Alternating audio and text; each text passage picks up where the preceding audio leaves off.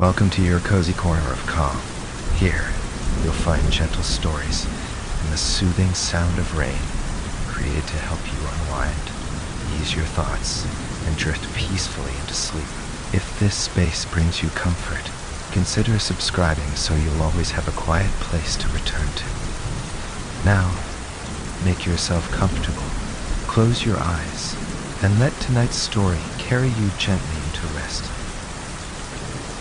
When Mr. Hiram B. Otis, the American minister, bought Canterville Chase, everyone told him he was doing a very foolish thing, as there was no doubt at all that the place was haunted. Indeed, Lord Canterville himself, who was a man of the most punctilious honor, had felt it his duty to mention the fact to Mr. Otis when they came to discuss terms. "We have not cared to live in the place ourselves," said Lord Canterville, "since my grand-aunt, the Dowager Duchess of Bolton, was frightened into a fit, from which she never really recovered, by two skeleton hands being placed on her shoulders as she was dressing for dinner.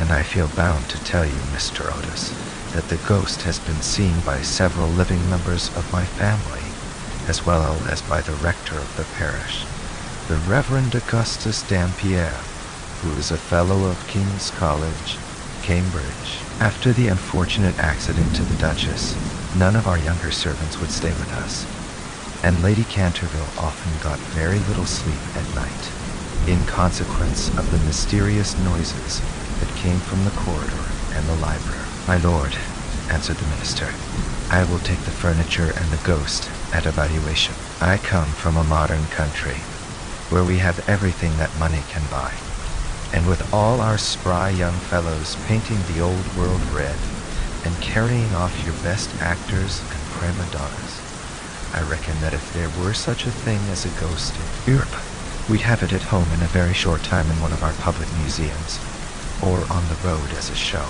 "I fear that the ghost exists," said Lord Canterville, smiling, "though it may have resisted the overtures of your enterprising impresarios. It has been well known for 3 centuries, since 1584 in fact, and always makes its appearance before the death of any member of our family."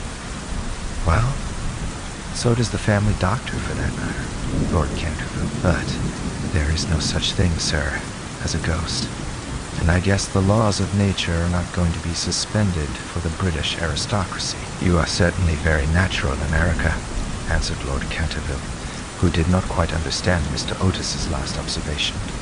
"And if you don't mind a ghost in the house, it is all right. Only you must remember, I warned you." A few weeks after this, the purchase was concluded, and at the close of the season the minister and his family went down to Canterville Chase. Mrs. Otis, who, as Miss Lucretia R. Tappan, of West 53rd Street, had been a celebrated New York belle, was now a very handsome middle-aged woman with fine eyes and a superb profile. Many American ladies on leaving their native land adopt an appearance of chronic ill health, under the impression that it is a form of European refinement. But Mrs. Otis had never fallen into this error. She had a magnificent constitution, and a really wonderful amount of animal spirits. Indeed, in many respects, she was quite English, and was an excellent example of the fact that we have really everything in common with America nowadays, except, of course, language. Their eldest son, christened Washington by his parents, in a moment of patriotism, which he never ceased to regret, was a fair-haired, rather good-looking young man, who had qualified himself for American diplomacy by leading the German at the Newport Casino for 3 successive seasons, and even in London was well known as an excellent dancer. Gardenias and the peerage were his own weaknesses. Otherwise, he was extremely sensible. Miss Virginia E. Otis was a little girl of 15, lithe and lovely as a fawn, and with a fine freedom in her large blue eyes. She was a wonderful Amazon, and had once raced old Lord Bilton on her pony twice round the park, winning by a length and a half, just in front of the Achilles statue, to the huge delight of the young Duke of Cheshire, who proposed for her on the Duke of Cheshire, who proposed for her on the spot, and was sent back to Eden that very night by his guardians, in floods of tears. After Virginia came the twins, who were usually called the Stars and Stripes, as they were always getting swished. They were delightful boys, and with the exception of the worthy minister, the only true Republicans of the family. As Canterville Chase is 7 miles from Ascot, the nearest railway station, Mr. Otis had telegraphed for a wagonette to meet them, and they started on their drive in high spirits. It was a lovely July evening, and the air was delicate with the scent of the pine woods. Now and then they heard a wood-pigeon brooding over its own sweet voice, or saw, deep in the rustling fern, the burnished breast of the pheasant. Little squirrels peered at them from the beech trees as they went by, and the rabbits scudded away through the brushwood and over the mossy knolls, with their white tails in the air. As they entered the avenue of Canterville Chase, however, the sky became suddenly overcast with clouds. A curious stillness seemed to hold the atmosphere. A great flight of rooks passed silently over their heads, and before they reached the house, some big drops of rain had fallen. Standing on the steps to receive them was an old woman, neatly dressed in black silk, with a white cap and apron. This was Mrs. Umney, the housekeeper, whom Mrs. Otis, at Lady Canterville's earnest request, had consented to keep on in her former position. She made them each a low curtsy as they alighted, and said in a quaint, old-fashioned manner, "I bid you welcome to Canterville Chase." Following her, they passed through the fine Tudor hall into the library, a long, low room, paneled in black oak, at the end of which was a large stained glass window. Here they found tea laid out for them, and after taking off their wraps, they sat down and began to look round, while Mrs. Umney waited on them. Suddenly, Mrs. Otis caught sight of a dull red stain on the floor just by the fireplace, and, quite unconscious of what it really signified, said to Mrs. Umney, "I am afraid something has been spilt there." "Yes, madam," replied the old housekeeper in a low voice. "Blood has been spilt on that spot." "How horrid!" cried Mrs. Otis. "I don't at all care for blood stains in the sitting room. It must be removed at once." The old woman smiled, and answered in the same low, mysterious voice, "It is the blood of Lady Eleanor de Canterville, who was murdered on that very spot by her own husband, Sir Simon de Canterville, in 1575. Sir Simon survived her 9 years, and disappeared suddenly under very mysterious circumstances. His body has never been discovered, but his guilty spirit still haunts the Chase. The bloodstain has been much admired by tourists and others, and cannot be removed." "That is all nonsense," cried Washington Otis.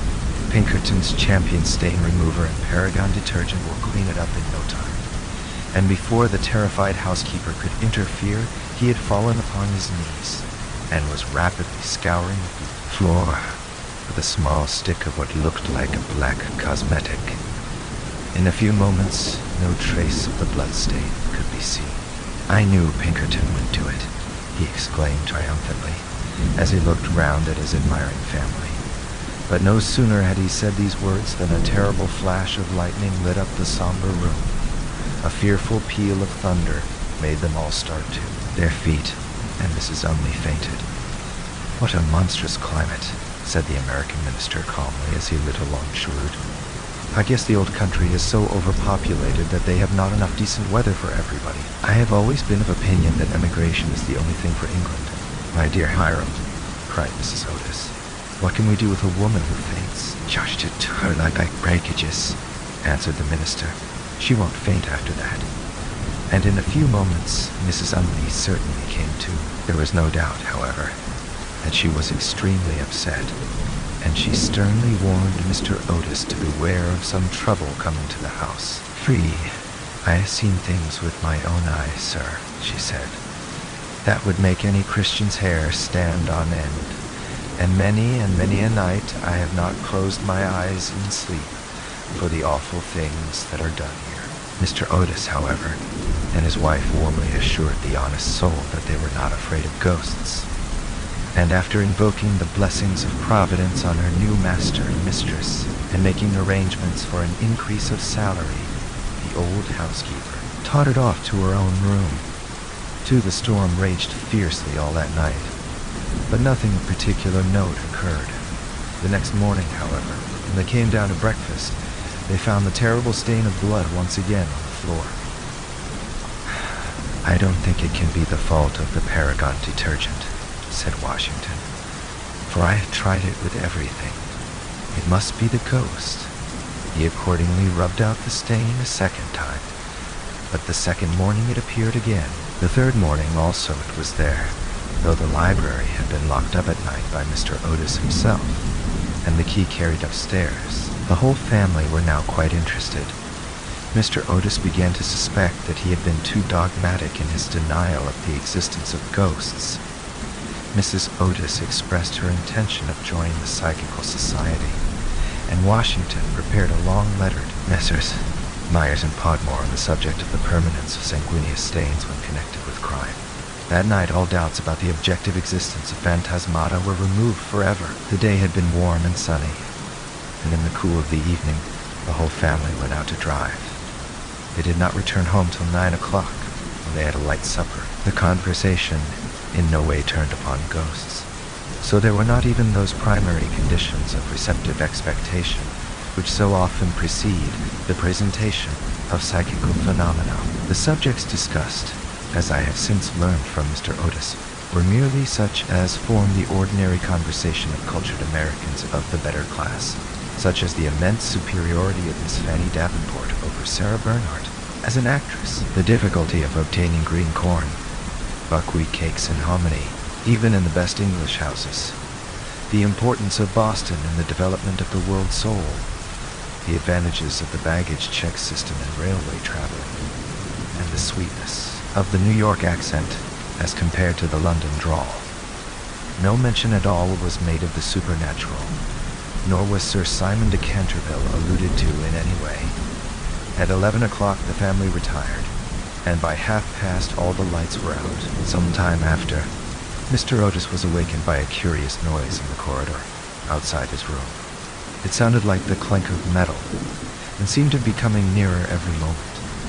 He got up at once, struck a match, and looked at the time. It was exactly 1 o'clock. He was quite calm, and felt his pulse, which was not at all feverish.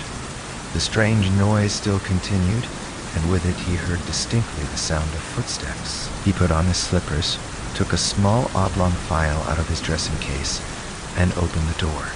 Right in front of him he saw, in the wan moonlight, an old man of terrible aspect. His eyes were as red burning coals. Long gray hair fell over his shoulders in matted coils.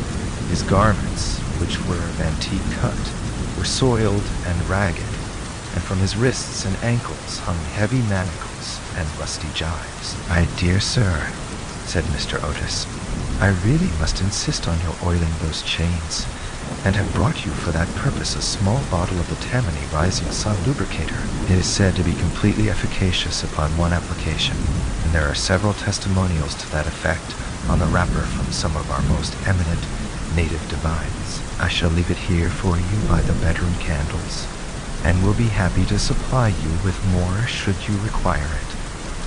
With these words, the United States Minister laid the bottle down on a marble table, and, closing his door, retired to rest. For a moment, the Canterville ghost stood quite motionless in natural indignation.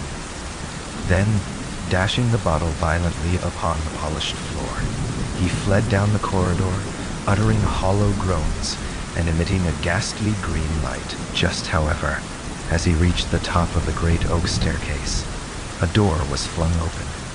Two little white-robed figures appeared, and a large pillow whizzed past his head.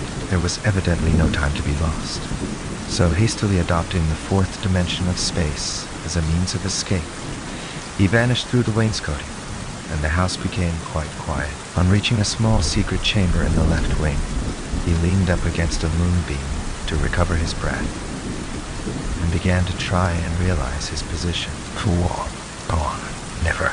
In a brilliant and uninterrupted career of 300 years had he been so grossly insulted. He thought of the Dowager Duchess, whom he had frightened into a fit as she stood before the glass in her lace and diamonds, of the 4 housemaids, who had gone off into hysterics when he merely grinned at them through the curtains of one of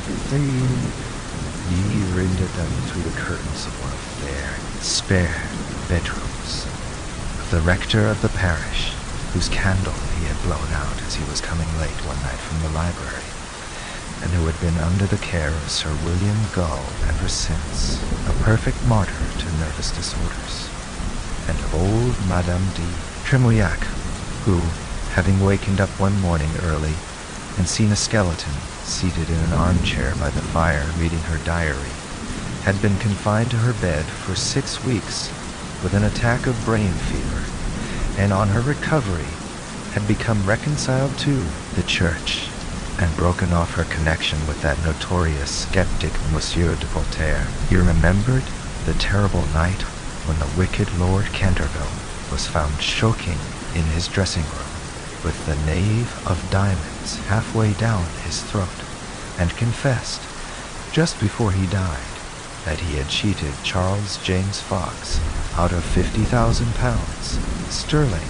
out of £50,000 sterling, Crockford's by means of that very card, and swore that the ghost had made him swallow it. All his great achievements came back to him again, from the butler who had shot himself in the pantry because he had seen a green hand tapping at the window pane, to the beautiful Lady Stutfield, who was always obliged to wear a black velvet band round her throat to hide the mark of 5 fingers burnt upon her white skin, and who drowned herself at last in the carp pond at the end of the King's Walk. With the enthusiastic egotism of the true artist, he went over his most celebrated performances and smiled bitterly to himself as he recalled to mind his last appearance as Red Rugen, or the Strangled Babe, his debut as Gaunt Gibeon, the debut bloodsucker of Bexley Moor, and the furor he had excited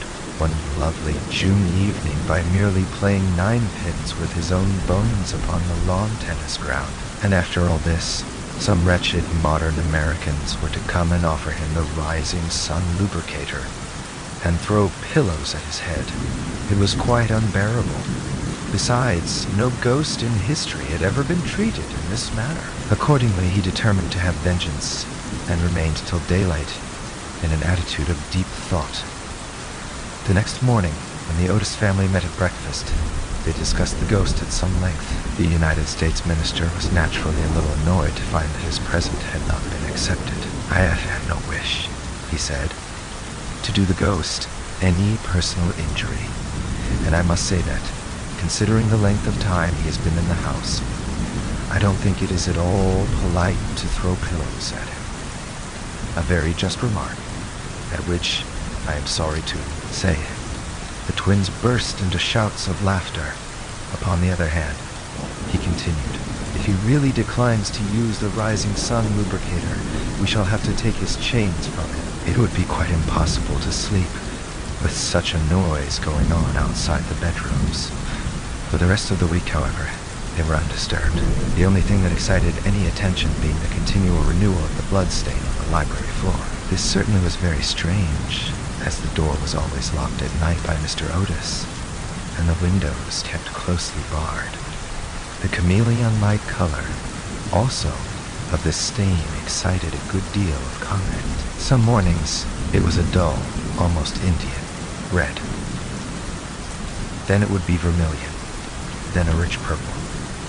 And once when they came down for family prayers, according to the simple rites of the Free American Reformed Episcopalian Church, they found it a bright emerald green.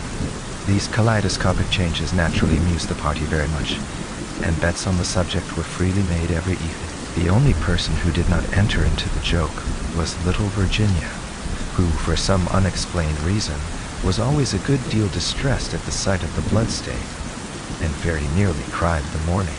It was emerald green. The second appearance of the ghost was on Sunday night.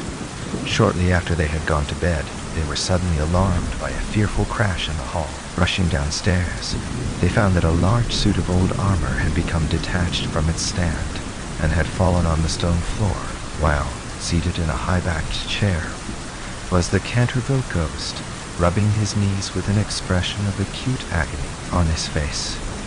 The twins, having brought their pea-shooters with them, at once discharged 2 pellets on him, with that accuracy of aim which can only be attained by long and careful practice on a riding master, while the United States minister covered him with his revolver and called upon him, in accordance with Californian etiquette, to hold up his hands. The ghost started up with a wild shriek of rage and swept through them like a mist, extinguishing Washington Otis's candle as he passed, and so leaving them all in total dark. On reaching the top of the staircase, he recovered himself, and determined to give his celebrated peal of demoniac laughter.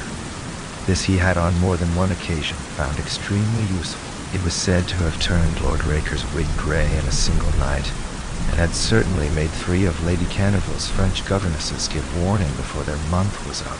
He accordingly laughed his most horrible laugh, till the old vaulted roof rang and rang again. But hardly had the fearful echo died away when a door opened, and Mrs. Otis came out in a light blue dressing gown. "I am afraid you are far from well," she said, "and have brought you a bottle of Dr. Dobell's tincture. If it is indigestion, you will find it a most excellent remedy." The ghost glared at her in fury, and began at once to make preparations for turning himself into a large black dog, an accomplishment for which he was justly renowned, and to which the family doctor always attributed the permanent idiocy of war. Canterville's uncle, the Honorable Thomas Horton, the sound of approaching footsteps, however, made him hesitate in his fell purpose, so he contented himself with becoming faintly phosphorescent, and vanished with a deep churchyard groan, just as the twins had come up to him. On reaching his room, he entirely broke down, and became a prey to the most violent agitation. The vulgarity of the twins, and the gross materialism of Mrs. Otis, were naturally extremely annoying, but what really distressed him most was that he had been unable to wear the suit of mail. He had hoped that even modern Americans would be thrilled by the sight of a spectre in armor, if for no more sensible reason, at least out of respect for their national poet Longfellow, over whose graceful and attractive poetry he himself had while away many a weary hour when the Cantervilles were up in town.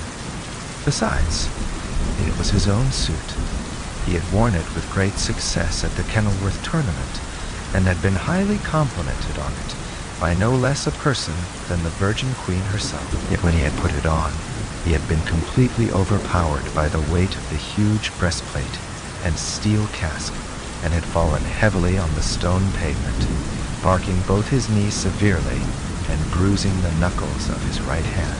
For some days after this he was extremely ill, and hardly stirred out of his room at all, except to keep the bloodstain in proper repair. However, by taking great care of himself, he recovered, and resolved to make a 3rd attempt to frighten the United States minister and his family. He selected Friday, the 17th of August, for his appearance, and spent most of that day in looking over his wardrobe, ultimately deciding in favor of a large slouched hat with a red feather, a winding sheet frilled at the wrists and neck, and a rusty iron dagger. Towards evening a violent storm of rain came on, and the wind was so high that all the windows and doors in the old house shook and rattled. In fact, it was just such weather as he loved. His plan of action was this. He was to make his way quietly to Washington Otis's room, gibber at him from the foot of the bed, and stab himself 3 times in the throat to the sound of slow music. He bore Washington a special grudge, being quite aware that it was he who was in the habit of removing the famous Canterville bloodstain by means of Pinkerton's Paragon detergent.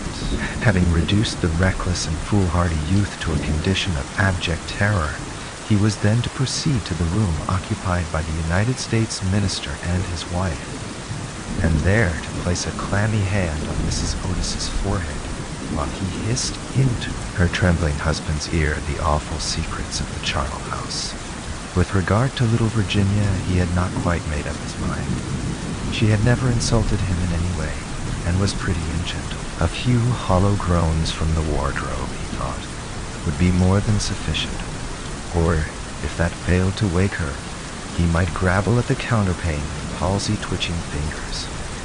As for the twins, he was quite determined to teach them a lesson. The first thing to be done was, of course, to sit upon their chests, so as to produce the stifling sensation of nightmare. Then, as their beds were quite close to each other, to stand between them in the form of a green, icy-cold corpse, till they became paralyzed with fear, and finally to throw off the winding sheet and crawl round the room with white bleached bones and one rolling eyeball, in the character of Dumb Daniel, or the Suicide Skeleton, a role in which he had on more than one occasion produced a great effect, and which he considered quite equal to his famous part of Martin the Maniac, or the Masked Mystery.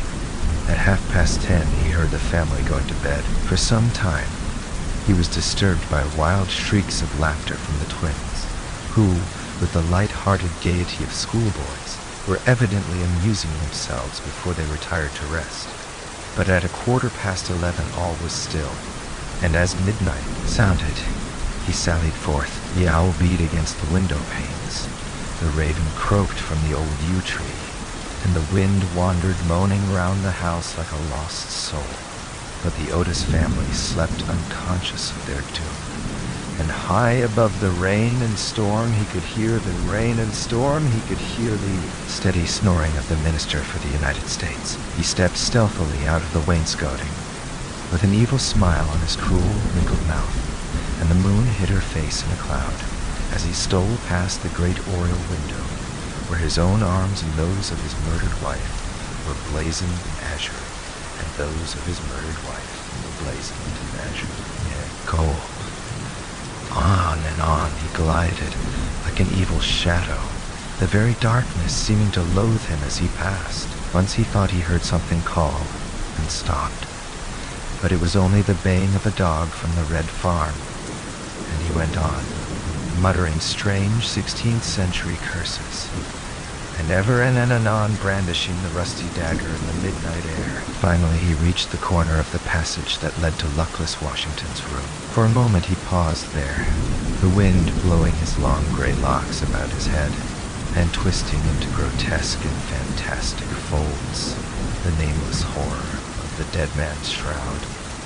Then the clock struck the quarter, and he felt the time was come. He chuckled to himself, and turned the corner. But no sooner had he done so, than with a piteous wail of terror, he fell back and hid his blanched face in his long, bony hands. Right in front of him was standing a horrible specter, motionless as a carven image, and monstrous as a madman's dream. Its head was bald and burnished, its face round and fat and white, and hideous laughter seemed to have writhed its features into an eternal grin. From the eyes streamed rays of scarlet light. The mouth was a wide well of fire, and a hideous garment, like to his own, swathed with its silent snows the Titan form. On its breast was a placard with strange writing in antique characters, some scroll of shame it seemed, some record of wild sins, some awful calendar of crime, and with its right hand it bore aloft a falchion gleaming steel. Never having seen a ghost before, he naturally was terribly frightened, and, after a second hasty glance at the awful phantom, he fled back to his room, tripping up in his long winding sheet as he sped down the corridor, and finally dropping the rusty dagger into the minister's jack boots, where it was found in the morning by the butler. Once in the privacy of his own apartment, he flung himself down on a small pallet bed and hid his face under the clothes. After a time, however, the brave old Canterville spirit asserted itself, and he determined to go and speak to the other ghost as soon as it was daylight. Accordingly, just as the dawn was touching the hills with silver, he returned towards the spot where he had first laid eyes on the grisly phantom, feeling that, after all, 2 ghosts were better than one, and that, by the aid of his new friend, he might safely grapple with the twins.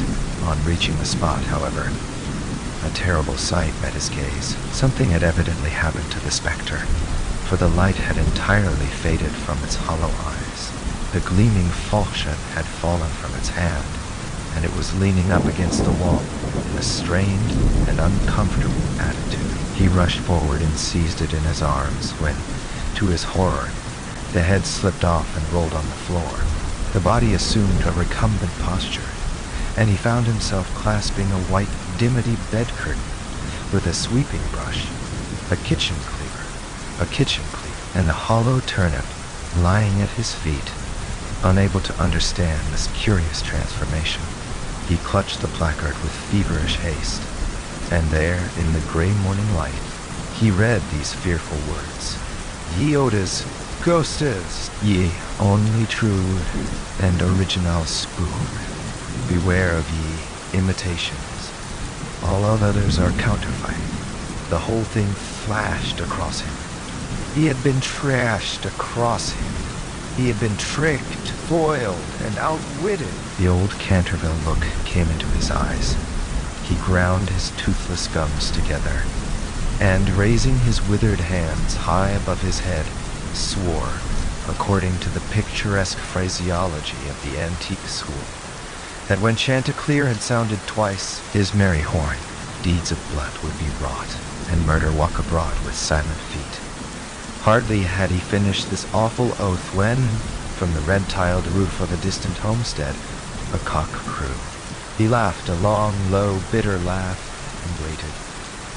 Hour after hour he waited, but the cock, for some strange reason, did not crow again. Finally, at 7:30, the arrival of the housemaids made him give up his fearful vigil, and he stalked back to his room, thinking of his vain oath and baffled purpose. There he consulted several books of ancient chivalry, of which he was exceedingly fond, and found that, on every occasion on which his oath had been used, Chanticleer had always crowed a second time.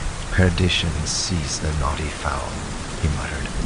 "I have seen the day when, with my stout spear, I would have run him through the gorge, and made him crow for me and swear in death." He then retired to a comfortable lead coffin, and stayed there till evening.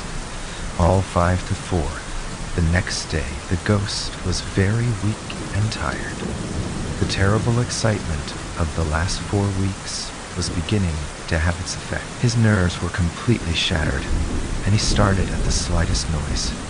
For 5 days he kept his room, and at last made up his mind to give up the point of the bloodstain on the library floor. If the Otis family did not want it, they clearly did not deserve it. They were evidently people on a low material plane of existence, and quite incapable of appreciating the symbolic value of sensuous phenomena. The question of phantasmic apparitions and the development of astral bodies was of course quite a different matter, and really not under his control. It was his solemn duty to appear in the corridor once a week, and to gibber from the large oriel window on the first and third Wednesdays in every month, and he did not see how he could honorably escape from his obligations. It is quite true that his life had been very evil, but, upon the other hand, he was most conscientious in all things connected with the supernatural. For the next 3 Saturdays, accordingly, he traversed the corridor as usual between midnight and 3 o'clock, taking every possible precaution against being either heard or seen. He removed his boots, trod as lightly as possible on the old worm-eaten boards, wore a large black velvet cloak, and was careful to use the rising sun lubricator for oiling his chains. I am bound to acknowledge that it was with a good deal of difficulty that he brought himself to adopt this last mode of protection. However, one night, while the family were at dinner, he slipped into Mr. Otis's bedroom and carried off the bottle. He felt a little humiliated at first, but afterwards was sensible enough to see that there was a great deal to be said for the invention, and, to a certain degree, it served his purpose. Still, in spite of everything, he was not left unmolested. Strings were continually being stretched across the corridor, over which he tripped in the dark, and on one occasion, while dressed for the part of Black Isaac, or the huntsman of Hogley Woods, he met with a severe fall through treading on a water slide, which the twins had constructed from the entrance of the tapestry chamber to the top of the oak staircase. This last insult so enraged him that he resolved to make one final effort to assert his dignity and social position, and determined to visit the insolent young Etonians the next night in his celebrated character of Reckless Rupert, or the Headless Rupert, or the Headless Earl. He had not appeared in this disguise for more than 70 years. In fact, not since he had so frightened pretty Lady Barbara Modish by means of it, that she suddenly broke off her engagement with the present Lord Canterville's grandfather, and ran away to Gretna Green with handsome Jack Castleton, declaring that nothing in the world would induce her to marry into a family that allowed such a horrible phantom to walk up and down the terrace at twilight. Poor Jack was afterwards shot in a duel by Lord Canterville on Wandsworth Common, and Lady Barbara died of a broken heart at Tunbridge Wells before the year was out. So, in every way, it had been a great success. It was, however, an extremely difficult make-up. If I may use such a theatrical expression in connection with one of the greatest mysteries of the supernatural, or to employ a more scientific term, the higher natural world, and it took him fully 3 hours to make his preparations. At last everything was ready, and he was very pleased with his appearance. The big leather riding boots that went with the dress were just a little too large for him, and he could only find one of the 2 horse pistols, but on the whole, he was quite satisfied, and at 1:15 he glided out of the wainscoting, and at 1:15 he glided out of the wainscoting, crept down the corridor. On reaching the room occupied by the twins, which I should mention was called the Blue Bedchamber, on account of the color of its hangings, he found the door just ajar. Wishing to make an effective entrance, he flung it wide open, when a heavy jug of water fell right down on him, wetting him to the skin, and just missing his left shoulder by a couple of inches. At the same moment he heard stifled shrieks of laughter proceeding from the 4-post bed. The shock to his nervous system was so great that he fled back to his room as hard as he could go, and the next day he was laid up with a severe cold. The only thing that at all consoled him in the whole affair was the fact that he had not brought his head with him, for had he done so, the consequences might have been very serious. He now gave up all hope of ever frightening this rude American family, and contented himself, as a rule, with creeping about the passages in list slippers, with a thick red muffler around his throat for fear of draughts, and a small arquebus in a small arquebus, case he should be attacked by the twins. The final blow he received occurred on the 19th of September. He had gone downstairs to the great entrance hall, feeling sure that there, at any rate, he would be quite unmolested, and was amusing himself by making satirical remarks on the large Cerrone photographs of the United States minister and his wife, which had now taken the place of the Canterville family pictures. He was simply but neatly clad in a long shroud, spotted with churchyard mold, had tied up his jaw with a strip of yellow linen, and carried a small lantern and a sexton's spade. In fact, he was dressed for the character of Jonas the Graveless, or the corpse snatcher of Chertsey Barn, one of his most remarkable impersonations, and one which the Cantervilles had every reason to remember, as it was the real origin of their quarrel with their neighbor, Lord Rufford. It was about 2:15 in the morning, and as far as he could ascertain, no one was stirring. As he was strolling towards the library, however, to see if there were any traces left of the bloodstain, suddenly there leaped out on him from a dark corner 2 figures who waved their arms wildly above their heads and shrieked out, "Boo!" in his ear. Seized with a panic, which, under the circumstances, was only natural, he rushed for the staircase, but found Washington Otis waiting for him there with a big garden syringe, and being thus hemmed in by his enemies on every side, and driven almost to bay, he vanished into the great iron stove, which, fortunately for him, was not lit, and had to make his way home through the flues and chimneys, arriving at his own room in a terrible state of dirt, disorder, and despair. After this he was not seen again on any nocturnal expedition. The twins lay in wait for him on several occasions, and strewed the passages with nutshells every night to the great annoyance of their parents and the servants. But it was of no avail. It was quite evident that his feelings were so wounded that he would not appear. Mr. Otis consequently resumed his great work on the history of the Democratic Party, on which he had been engaged for some years. Mrs. Otis organized a wonderful clam bake, which amazed the whole county.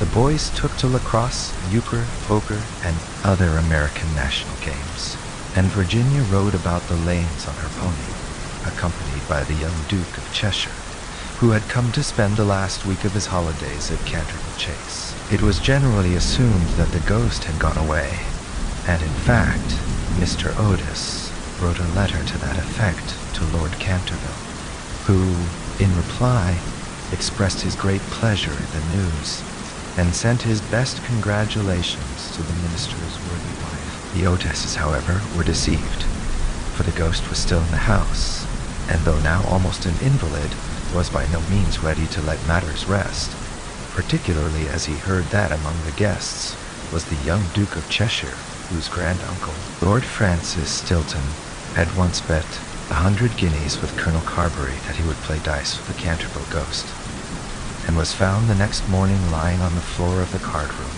in such a helpless paralytic state that though he lived on to a great age, he was never able to say anything again but double sixes. The story was well known at the time, though, of course, out of respect to the feelings of the two noble families.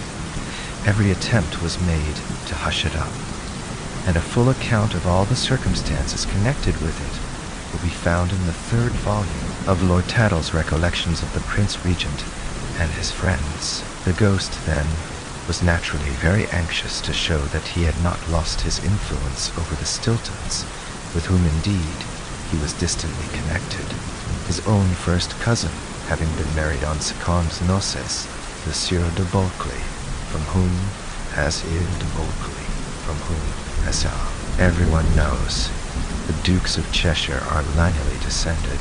Accordingly, he made arrangements for appearing to Virginia's little lover in his celebrated impersonation of the vampire monk, or the bloodless Benedictine, a performance so horrible that when old Lady Startup saw it, which she did on one fatal New Year's Eve in the year 1764, she went off into the most piercing shrieks, which culminated in violent apoplexy, and died in 3 days after disinheriting the Cantervilles, who were her nearest relations, and leaving all her money to her London apothecary.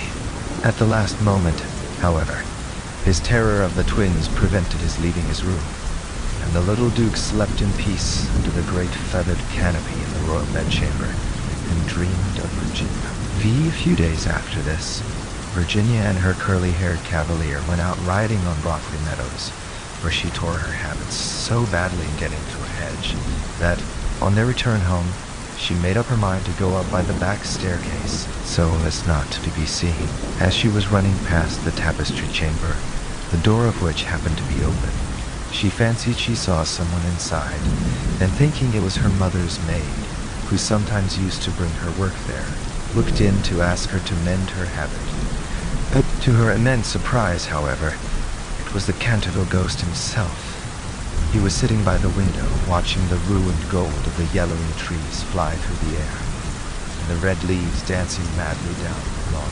His head was leaning on his hand, and his whole attitude was one of extreme depression. Indeed, so forlorn and so much out of repair did he look that little Virginia, whose first idea had been to run away and lock herself in her room, was filled with pity and determined to try and comfort him. So light was her footfall, and so deep his melancholy, that he was not aware of her presence till she spoke to him.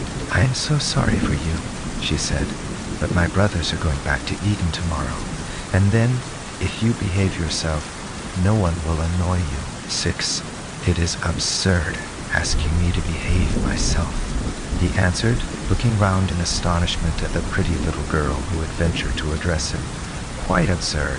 I must rattle my chains, and groan through keyholes, and walk about at night, if that is what you mean. It is my only reason for existing.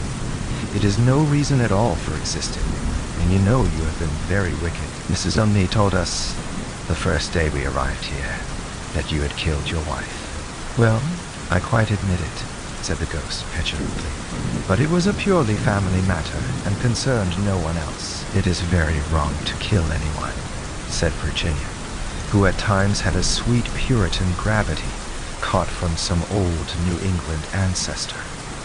Oh, I hate the cheap severity of abstract ethics. My wife was very plain, never had my ruffs properly starched, and knew nothing about cookery. Why, there was a buck I had shot in Hogley Woods, a magnificent pricket, and do you know how she had it sent up to table? However, it is no matter now, for it is all over, and I don't think it was very nice of her brothers to starve me to death, though I did kill her.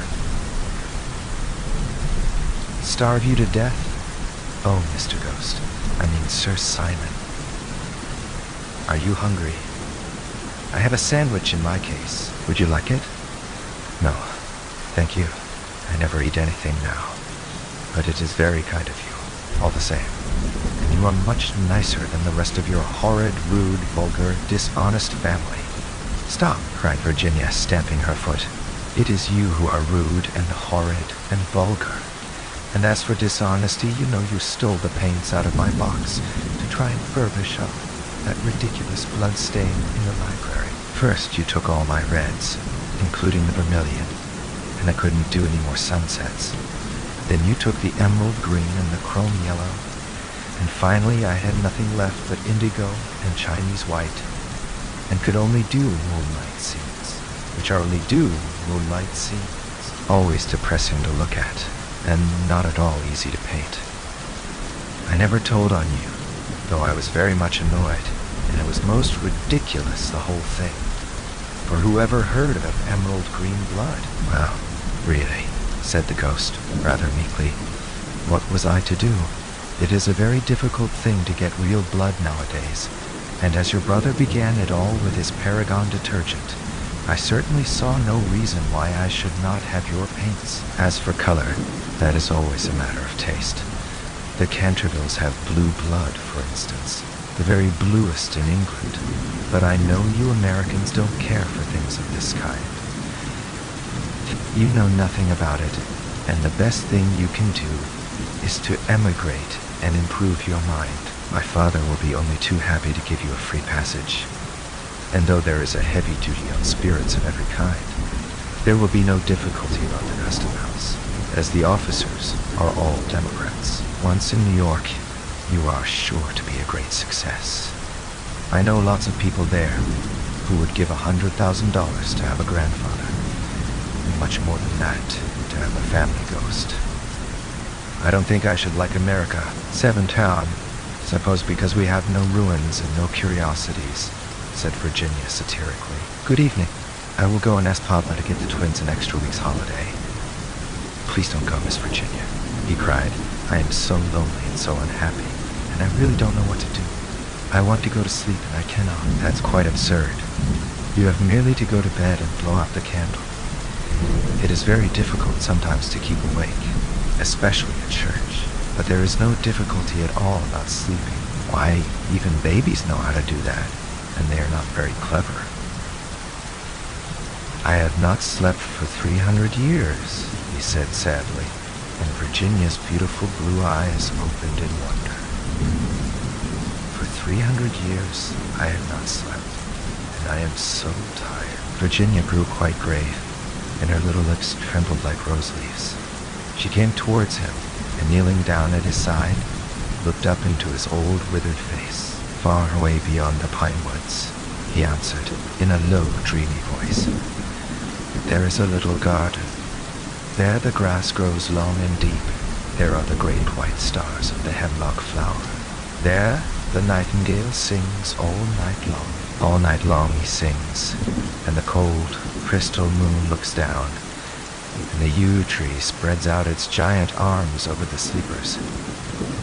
Virginia's eyes grew dim with tears, and she hid her face in her hands.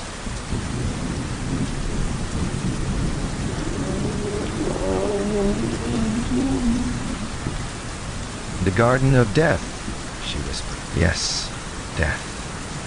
Death must be so beautiful. To lie in the soft brown earth, with the grasses waving above one's head, and listen to silence. To have no yesterday, and no tomorrow. To forget time, to forgive life, to be at peace. You can help me. You can open for me the portals of death's house, for love is always with you, and love is stronger than death is. Virginia trembled, a cold shudder ran through her, and for a few moments there was silence. She felt as if she was in a terrible dream. Oh, 8. Then the ghost spoke again, and his voice sounded like the sighing of the wind. Have you ever read the old prophecy on the library window? Oh, often, cried the little girl, looking up. I know it quite well. It is painted in curious black letters, and it is difficult to read. There are only 6 lines. When a golden girl can win prayer from out the lips of sin, when the barren almond bears, and a little child give away its tears, then shall all the house be still, and peace come to Canterville. But I don't know what they mean. They mean, he said sadly, that you must weep with me for my sins, because I have no tears, and pray with me for my soul, because I have no faith. And then, if you have always been sweet, and good, and gentle, the angel of death will have mercy on me. You will see fearful shapes in darkness, and wicked voices will whisper in your ear. But they will not harm you, for against the purity of a little child, the powers of hell cannot prevail. Virginia made no answer, and the ghost wrung his hands in wild despair as he looked down at her bowed golden head. Suddenly she stood up, very pale, and with a strange light in her eyes. I am not afraid, she said firmly, and I will ask the angel to have mercy on you. He rose from his seat with a faint cry of joy, and taking her hand bent over it with old-fashioned grace and kissed it. His fingers were as cold as ice, and his lips burned like fire, but Virginia did not falter as he led her across the dusky room. On the faded green tapestry embroidered little huntsmen. They blew their tasseled horns, and with their tiny hands waved to her to go back. Go back, little Virginia, they cried. Go back. But the ghost clutched her hand more tightly, and she shut her eyes against them. Horrible animals with lizard tails and goggle eyes blinked at her from the carven chimney piece and murmured, Beware, little Virginia, beware. We may never see you again. But the ghost glided on more swiftly, and Virginia did not listen. When they reached the end of the room, he stopped and muttered some words she could not understand. She opened her eyes and saw the walls slowly fading away like a mist, and a great black cavern in front of her. A bitter cold wind swept round them, and she felt something pulling at her dress. Quick, quick, cried the ghost, or it will be too late. And in a moment the wainscoting had closed behind them, and the tapestry chamber was empty. Bixby, about 10 minutes later, the bell rang for tea, and, as Virginia did not come down, Mrs. Otis sent up one of the footmen to tell her. After a little time he returned and said that he could not find Miss Virginia anywhere, as she was in the habit of going out to the garden every evening to get flowers for the dinner table. Mrs. Otis was not at all alarmed at first, but when 6 o'clock struck, and Virginia did not appear, she became really agitated, and sent the boys out to look for her, while she herself and Mr. Otis searched every room in the house. At 6:30, the boys came back and said that they could find no trace of their sister anywhere. They were all now in the greatest state of excitement, and did not know what to do, when Mr. Otis suddenly remembered that, some few days before, he had given a band of gypsies permission to camp in the park. He accordingly at once set off for Blackfell Hollow, where he knew they were, accompanied by his eldest son and 2 of the farm servants. The little Duke of Cheshire, who was perfectly frantic with anxiety, begged hard to be allowed to go too, but Mr. Otis would not allow him, as he was afraid there might be a scuffle. On arriving at the spot, however, he found that the gypsies had gone, and it was evident that their departure had been rather sudden, as the fire was still burning, and some plates were lying on the grass. Having sent off Washington and the two men to scour the district, he ran home and dispatched telegrams to all the police inspectors in the county, telling them to look out for a little girl who had been kidnapped by tramps or gypsies. He then ordered his horse to be brought round, and after insisting on his wife and the three boys sitting down to dinner, rode off down the Ascot Road with a groom. He had hardly, however, gone a couple of miles when he heard somebody galloping after him, and looking round, saw the little Duke coming up on his pony, with his face very flushed and no hat. "I'm awfully sorry, Mr. Otis," gasped out the boy, "but I can't eat any dinner as long as Virginia's lost. Please, don't be angry with me. If you had let us be engaged last year, there would never have been all this trouble." "You won't send me back, will you?" "I can't go. I won't go." The minister could not help smiling at the handsome young scapegrace, and was a good deal touched at his devotion to Virginia. So, leaning down from his horse, he patted him kindly on the shoulders and said, "Well, Cecile, if you won't go back, I suppose you must come with me, but I must get you a hat at Ascot." "Oh, bother my hat.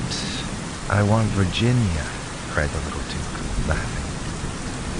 And they galloped on to the railway station. There Mr. Otis inquired of the station master if anyone answering to the description of Virginia had been seen on the platform, but could get no news of her. The station master, however, wired up and down the line, and assured him that a strict watch would be kept for her, and after having bought a hat for the little Duke from a linen draper, who was just putting up his shutters, Mr. Otis rode off to Bexley, a village about 4 miles away, which he was told was a well-known haunt of the gypsies, as there was a large common next to it. Here they roused up the rural policeman, but could get no information from him, and after riding all over the common, they turned their horses' heads homewards and reached the chase about 11 o'clock, dead tired and almost heartbroken. They found Washington and the twins waiting for them at the gatehouse with lanterns, as the avenue was very dark. Not the slightest trace of Virginia had been discovered. The gypsies had been caught on Brockley Meadows, but she was not with them, and they had explained their sudden departure by saying that they had mistaken the date of Courton Fair, and had gone off in a hurry for fear they might be late.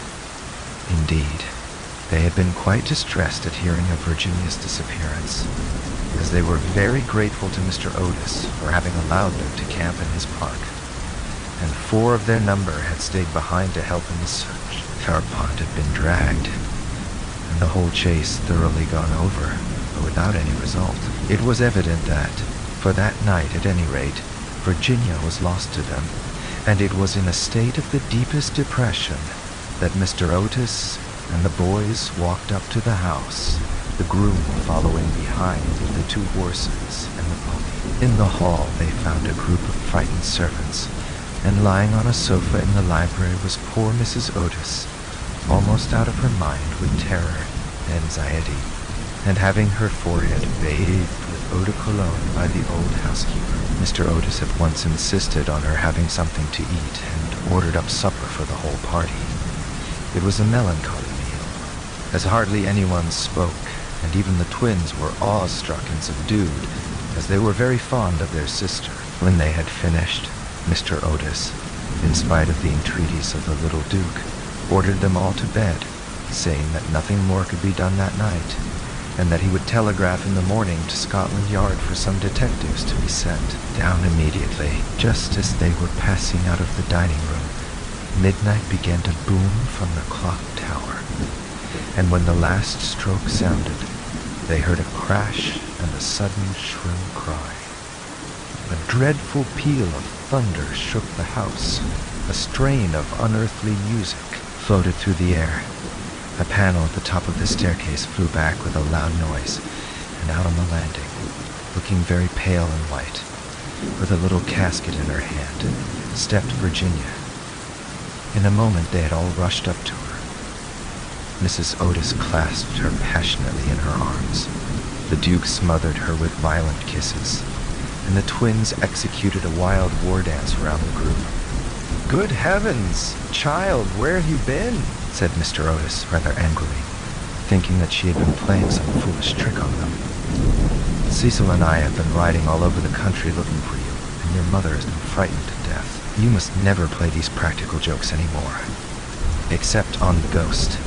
Except on the ghost, shrieked the twins, as they capered about. Nine, my own darling, thank God you are found. You must never leave my side again, murmured Mrs. Otis, as she kissed the trembling child and smoothed the tangled gold of her hair. Papa, said Virginia quietly, I have been with the ghost. He is dead, and you must come and see him.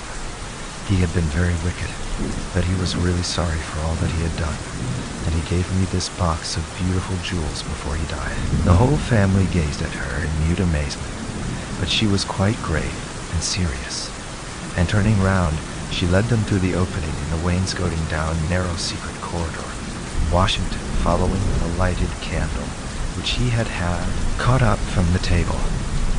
Finally they came to a great oak door, studded with rusty nails. When Virginia touched it, it swung back on its heavy hinges, and they found themselves in a little low room with a vaulted ceiling and one tiny grated window. Embedded in the wall was a huge iron ring, and chained to it was a gaunt skeleton that was stretched out at full length on the stone floor and seemed to be trying to grasp with its long, fleshless fingers an old-fashioned trencher and ewer that were placed just out of its reach.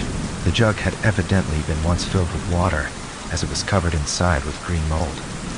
There was nothing on the trencher but a pile of dust. Virginia knelt down beside the skeleton and, folding her little hands together, began to pray silently, while the rest of the party looked on in wonder at the terrible tragedy whose secret was now disclosed to them. Suddenly exclaimed one of the twins, who had been looking out of the window to try and discover in what wing of the house the room was situated. Hello! The old withered almond tree has blossomed. I can see the flowers quite plainly in the moonlight. God has forgiven him, said Virginia gravely, as she rose to her feet and a beautiful light seemed to illumine her face. Aten, what an angel you are, cried the young duke, and he put his arm round her neck and kissed her. 4 days after these curious incidents, a funeral started from Canterville Chase at about 11 o'clock at night. The hearse was drawn by 8 black horses, each of which carried on its head a great tuft of nodding ostrich plumes, and the leaden coffin was covered by a rich purple pall, on which was embroidered in gold the Canterville coat of arms. By the side of the hearse and the coaches walked the servants with lighted torches, and the whole procession was wonderfully impressive. Lord Canterville was the chief mourner, having come up specially from Wales to attend the funeral, and sat in the first carriage along with little Virginia. Then came the United States minister and his wife, then Washington and the 3 boys, and in the last carriage was Mrs. Umney. It was generally felt that, as she had been frightened by the ghost for more than 50 years of her life, she had a right to see the last of him. A deep grave had been dug in the corner of the churchyard, just under the old yew tree, and the service was read in the most impressive manner by the Reverend Augustus Dampier. When the ceremony was over, the servants, according to an old custom observed in the Canterville family, extinguished their torches, and, as the coffin was being lowered into the grave, Virginia stepped forward and laid on it a large cross made of white and pink almond blossoms. As she did so, the moon came out from behind a cloud and flooded with its silent silver the little churchyard, and from a distant copse a nightingale began to sing. She thought of the ghost's description of the Garden of Death. Her eyes became dim with tears, and she hardly spoke a word during the drive home. The next morning, before Lord Canterville went up to town, Mr. Otis had an interview with him on the subject of the jewels the ghost had given to Virginia. They were perfectly magnificent, especially a certain ruby necklace with old Venetian setting, which was really a superb specimen of 16th century work, and their value was so great that Mr. Otis felt considerable scruples about allowing his fee. In order to accept them, my lord, he said, I know that in this country mortmain is held to apply to trinkets as well as to land. And it is quite clear to me that these jewels are, or should be, heirlooms in your family. I must beg you accordingly to take them to London with you, and to regard them simply as a portion of your property, which has been restored to you under certain strange conditions. As for my daughter, she is merely a child, and has as yet, I am glad to say, but little interest in such appurtenances of idle luxury. I am also informed by Mrs. Otis, who I may say is no mean authority upon art, having had the privilege of spending several winters in Boston when she was a girl, that these gems are of great monetary worth, and if offered for sale would fetch a tall price. Under these circumstances, Lord Canterville, I feel sure that you will recognize how impossible it would be for me to allow them to remain in the possession of any member of my family, and indeed, all such vain gauds and toys, however suitable or necessary to the dignity of the British aristocracy, would be completely out of place among those who have been brought up on the severe, and I believe immortal, principles of republican simplicity. Perhaps I should mention that Virginia is very anxious that you should allow her to retain the box, as a memento of your unfortunate but misguided ancestor. As it is extremely old, and consequently a good deal out of repair, you may perhaps think fit to comply with her request. For my own part, I confess I am a good deal surprised to find a child of mine expressing sympathy with medievalism in any form, and can only account for it by the fact that Virginia was born in one of your London suburbs shortly after Mrs. Otis had returned from a trip to Athens. Lord Canterville listened very gravely to the worthy minister's speech, pulling his grey moustache now and then to hide an involuntary smile. And when Mr. Otis had ended, he shook him cordially by the hand and said, "My dear sir, your charming little daughter rendered my unlucky ancestor, Sir Simon, a very important service, and I and my family are much indebted to her for her marvelous courage and pluck. The jewels are clearly hers, and egad, I believe that if I were heartless enough to take them from her, the wicked old fellow would be out of his grave in a fortnight, leading me the devil of a life. As for their being heirlooms, nothing is an heirloom that is not so mentioned in a will or legal document, and the existence of these jewels has been quite unknown. I assure you I have no more claim on them than your butler. And when Miss Virginia grows up, I dare say she will be pleased to have pretty things to wear. Besides, you forget, Mr. Otis, that you took the furniture and the ghost at a valuation, and anything that belonged to the ghost passed at once into your possession, as whatever activity Sir Simon may have shown in the corridor at night, in point of Zoo's law he was really dead, and you acquired his property by purchase. No, Mr. Otis was a good deal distressed at Lord Canterville's refusal, and begged him to reconsider his decision, but the good-natured peer was quite firm, and finally induced the minister to allow his daughter to retain the present the ghost had given her. And when, in the spring of 1890, the young Duchess of Cheshire was presented at the Queen's first drawing room on the occasion of her marriage, her jewels were the universal theme of admiration, for Virginia received the coronet, which is the reward of all good little American girls, and was married to her boy lover as soon as he came of age. They were both so charming, and they loved each other so much, that everyone was delighted at the match, except the old Marchioness of Dumbleton, who had tried to catch the Duke for one of her 7 unmarried daughters, and had given no less than unmarried daughters 3 expensive dinner parties for that purpose, and, strange to say, Mr. Otis himself. Mr. Otis was extremely fond of the young Duke personally, but theoretically, he objected to titles, and, to use his own words, was not without apprehension lest, amid the enervating influences of a pleasure-loving aristocracy, the true principles of a pleasure-loving aristocracy, republican simplicity should be forgotten. His objections, however, were completely overruled, and I believe that when he walked up the aisle of St. George's, Hanover Square, with his daughter leaning on his arm, There was not a prouder man in the whole length and breadth of England. The Duke and Duchess, after the honeymoon was over, went down to Canterville Chase, and on the day after their arrival, they walked over in the afternoon to the lonely churchyard by the pine woods. There had been a great deal of difficulty at first about the inscription on Sir Simon's tombstone, but finally it had been decided to engrave on it simply the initials of the old gentleman's name and the verse from the library window. The Duchess had brought with her some lovely roses, which she strewed upon the grave, and after they had stood by it for some time, they strolled into the ruined chancel of the old abbey. There the Duchess sat down on a fallen pillar, while her husband lay at her feet smoking a cigarette and looking up at her beautiful eyes. Suddenly he threw his cigarette away, took hold of her hand, and said to her, "Virginia, a wife should have no secrets from her husband.